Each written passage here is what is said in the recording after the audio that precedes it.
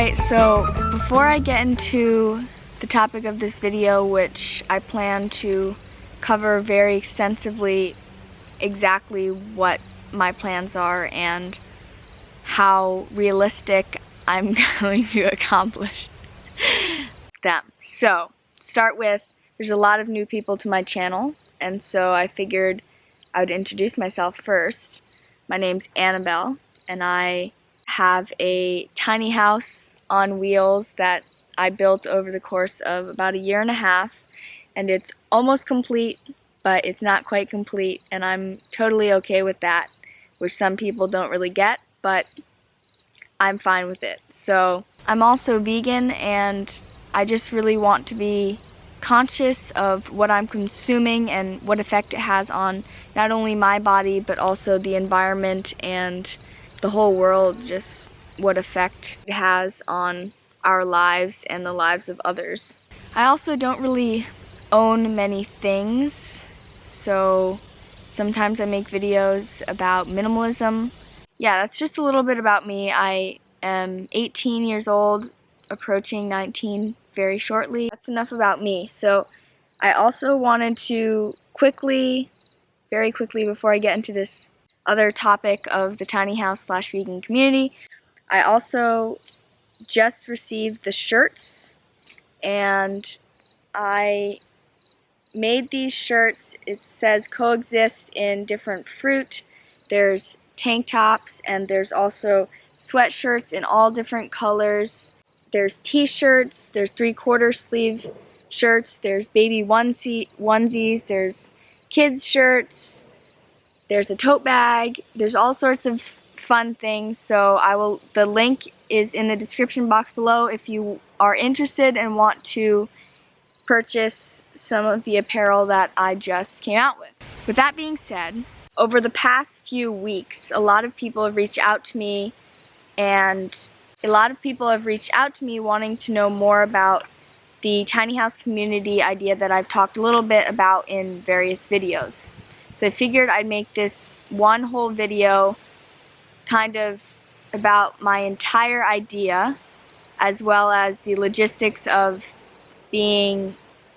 actually doing it, I guess. The goal with creating a community was to be able to bring together a collection of people with similar values and aspirations, and collectively as a group create an environment where not only self-growth is promoted, but also this aspect of community and working together to help each other out when need be, and just being really supportive of everyone and their ambitions, as well as becoming more and more self-reliant and not necessarily depending on, say, electricity down the road, maybe getting solar or collecting rainwater and just using that. Things like that I really think a community would benefit from. So there are a lot of physical questions. For example, where would this happen? Where would you get your food? How convenient and close would you be to other stores? Where would you get your water, your electricity? So to give you a little introduction, I live in upstate New York, and that's where I want the community to be. I want it to be somewhere around where I live currently, and in terms of exactly like the location, I've been looking at properties for a few weeks and physically going to some recently, and I'm just not finding anything that has sparked my interest really at all. I found one that I really liked just by chance driving along, but it was well over $1 million, and that's not in my plans at all. Right now, I don't know where it will be, but I'm looking for land, and hopefully by the springtime I will have acquired land, and hopefully somehow the community will come together and I'll have some people living there. In terms of convenience and being able to access stores really easily, I'm hoping to be not more than like 15 to 25 minutes from like a a small city that would city or town that would provide everything that you might need that we couldn't supply ourselves from the land.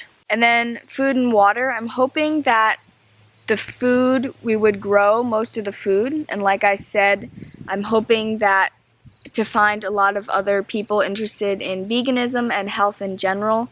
By no means does that mean I would exclude anyone from a community if they didn't choose to be vegan, but that just means, say, community dinners and other community events would all be vegan. So yeah, I'm hoping to have an underground greenhouse. There's really cool PDFs that are totally free online showing you how to build this underground greenhouse, and because there is winter here and we do get some snow, being able to grow food in the winter time is definitely crucial to making this community last. And then lastly, the water.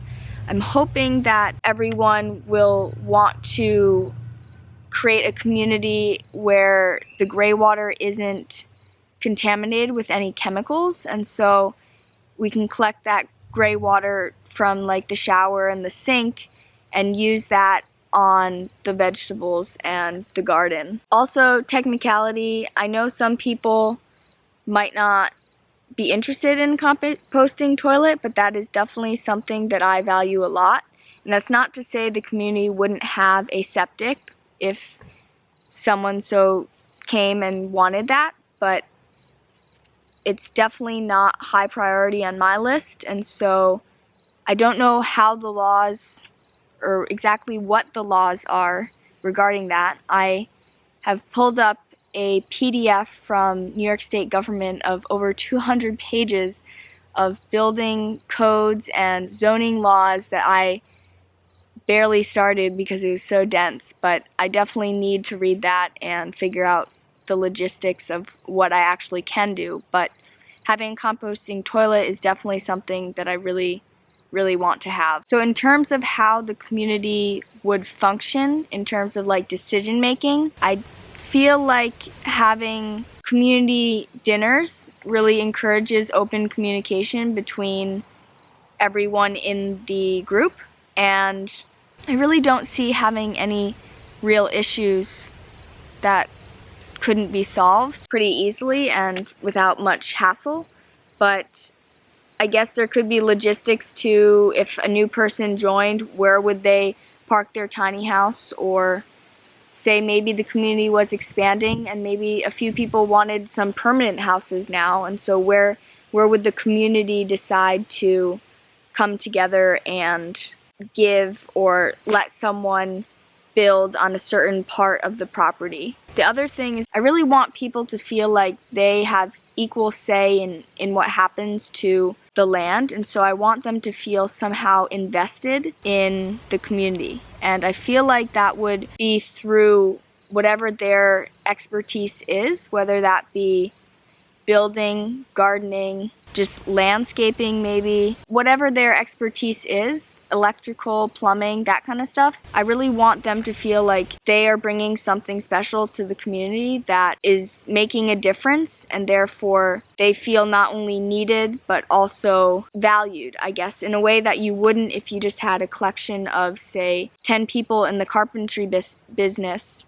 that are coming together to build a tiny house community. It just doesn't feel the same because you don't have that individual contribution to the community. So I think one of the things people really value a lot about communities and intentional communities in general is the ritual, the ceremonial aspect of being, just living in a communal space surrounded by people all the time, and just being able to share those, say, community dinners once a week, or even the community meetings, which may not be as fun and bonding as a community, but you're compromising and you're coming together and making a decision that hopefully everyone can understand and support. And hopefully you're surrounded by other people who share the same values, so that you're not only motivated to continue in the same direction that you've been progressing, but you're also really inspired by other people around you and keep wanting to grow and connect and just share your experiences more. So besides the community dinners and the community meetings, I also think maybe once a week, when everyone is able to, probably on the weekends, there could be work days where everyone came together and did things such as some lawn work, or maybe there's woods and build a hiking trail so that people can go walk in the woods, or cleaning the natural swimming pool, which I really hope to have and will definitely be there once this happens. So the other thing is a community adventure. So maybe once a week or once every 2 weeks, maybe one family or a specific person would plan an adventure. I'm not quite sure how it would work, but one person or multiple people would plan an adventure and the whole group goes on that adventure, and somehow that would be factored into the utilities and whatever other little expenses that are part of the community. Say like everyone just pays a flat, I don't know, $150 a month.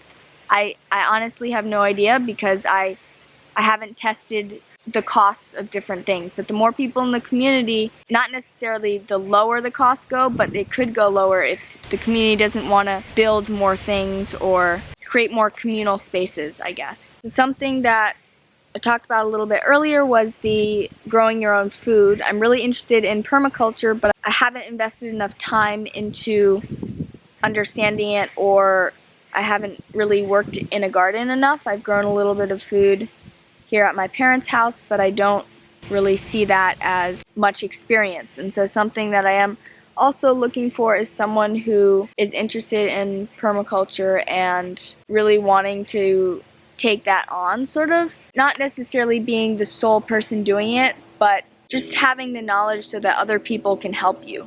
Last thing I want to touch on is just this aspect of having multi-generational families living in one area. And so something that I really want to create is I want to create a place where people not only can have their families come and the community can support that, and there's enough facilities and there's enough housing to encourage people to connect more with their families, and then also bringing their families to the community to maybe inspire them to either join the community or do something else wherever they're from similar to that.